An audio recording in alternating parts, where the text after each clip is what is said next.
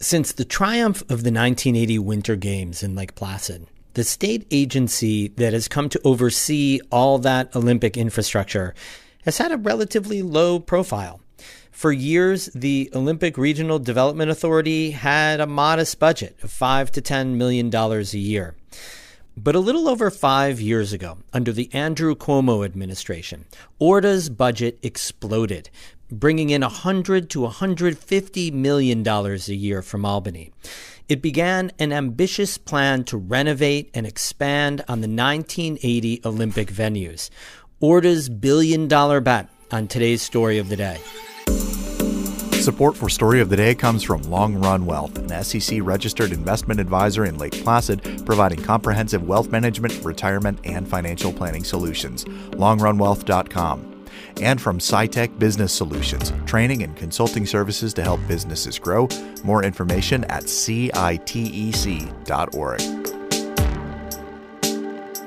Hey, I'm David Sommerstein. It's Wednesday, June 21st, summer solstice. Enjoy the longest day of the year. Right to the story.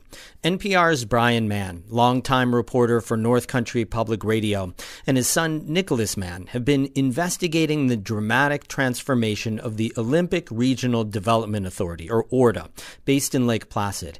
In the latest edition of Adirondack Life magazine, they dig into New York's massive, risky investment of taxpayer money through ORDA into winter sports and tourism, mostly in the small community of Lake Placid. I talked with Brian about their findings. We're talking about this organization going in a very few years from having about $250 million worth of assets to having suddenly $500 million worth of assets to manage and take care of. And I guess the big takeaways that we found is that a lot of these investments are going into venues that are very unlikely to ever generate a lot of revenues. There are things like ski jumps and biathlon courses and bobsled tracks. And so one of the real questions that we asked and we could not get a clear answer to is, how will this all be sustained? How will this infrastructure be paid for? And the big takeaway from ORDA officials is they have no plan for how this will be sustainable. In fact, what they contemplate right now is that taxpayers will have to keep shelling out a lot more money. Right now, out through 2027, they are expecting $100 to $150 million a year going forward, to keep building and to keep sustaining the infrastructure they now have. We've been reporting and we've been hearing about all of these projects as they've kind of come online and been, refurbished, some, very gleamingly, like the gondolas on the ski jumps and Mount Van Hovenberg. And, one of the things that ties it all together is, winter sports, as you said.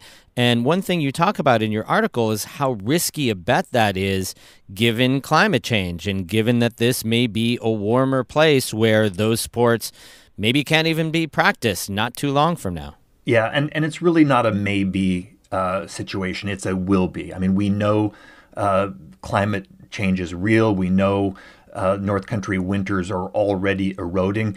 And one of the things that we found in our reporting is that there have been years that show us what this looks like. 2016 was a year when it rained more than it snowed, and ORDA's revenues plummeted. And so, and that was when ORDA was a much smaller operation, and they already needed a pretty big bailout from Albany just to survive and to keep going. And so one of the questions we asked ORDA is, what's the plan? What happens if you have a year again like 2016, which is likely? And then what happens if you have 2 or 3 of those winters back to back in this new world that we're moving into? And we could not find a plan for that. ORDA is doing things like installing better snow guns, better snow and ice making equipment, and that could really help. But as they acknowledge, once temperatures rise to the point where it's raining rather than snowing, it just becomes really hard to, make these venues work. One of the things that really surprised me in your reporting was just how bad the situation was not that long ago, like in 2016, when ORDA actually had to get a bailout from money that came from New York City's subway trains. Yeah, that's right. There was this kind of quiet bailout that the Cuomo administration engineered, nearly $5 million just to help ORDA pay its salaries and to pay its bills. There were a lot of debts that were racked up. And, one of the things, David, that we came away with was we could not see that there were major changes in how ORDA manages its funds or creates rainy day, money in case of problems. There were actually two very damning reports, audits of ORDA by the Comptroller's Office that called for fundamental accounting changes, and we couldn't find that any of that had occurred. The only thing that we could really document that had occurred is that the Cuomo administration and then the Hochul administration said, we'll just give you a lot more money. And it's often hard, even now, to identify where that money is going. A lot of times the state legislature is giving this organization tens of millions of dollars without any kind of detailed list of what the money will be spent on or where it will go or what the long-term sustainability plan is. So that was one of the things that we really hoped this article would get people talking about. And one thing that I'll mention, David, that was particularly troubling is that a lot of those problems that we've seen in the past that really did raise questions about the future of ORDA, we saw those repeated during the World University Games that happened last winter. When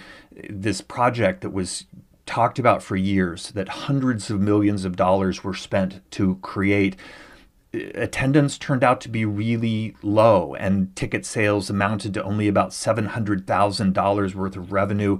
And because of ORDA's management, none of that money even went back to ORDA. They ended up doing all of this without gaining any revenue at all. And these are exactly the kind of management issues that the comptroller and other critics have said they need to sort out. So that event that was supposed to be kind of a coming out party for this new, shinier version of ORDA really just heightened a lot of these questions.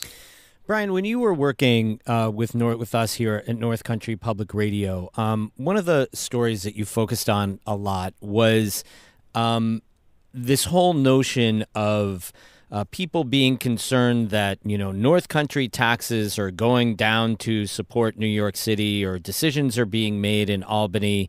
How does this, your reporting on ORDA here, how does that shape this narrative? Well, I think one of the things that we've tried to report over the years is that whole idea that you just framed is largely a myth. I mean, the North Country's economy is shaped dramatically by government spending. ORDA is just one example of that. There are state prisons and lots of other state-funded organizations up here driven by tax dollars. And overwhelmingly, those tax dollars come from taxpayers in other parts of the state, in New York City and the lower Hudson Valley, places where people earn bigger paychecks and pay a lot more taxes. And this, again, is an area that we really wanted to spark a conversation. Does it make sense for taxpayers all over New York State to be spending $100 to $150 million a year on a winter sports authority, mostly in Lake Placid, an area where, if you kind of scoop up all the people, has, 20,000 residents. That's a kind of a cost benefit question that, I think there's a really interesting conversation to be had there. Since you wrote this article, the head of ORDA, who you talked a lot about in the article, Mike Pratt, has stepped down. What does that say about the authority going forward? I think there are going to be real questions about the next chapter of leadership. One of the things that happened at the May meeting is that the board of directors approved $38 million in more projects.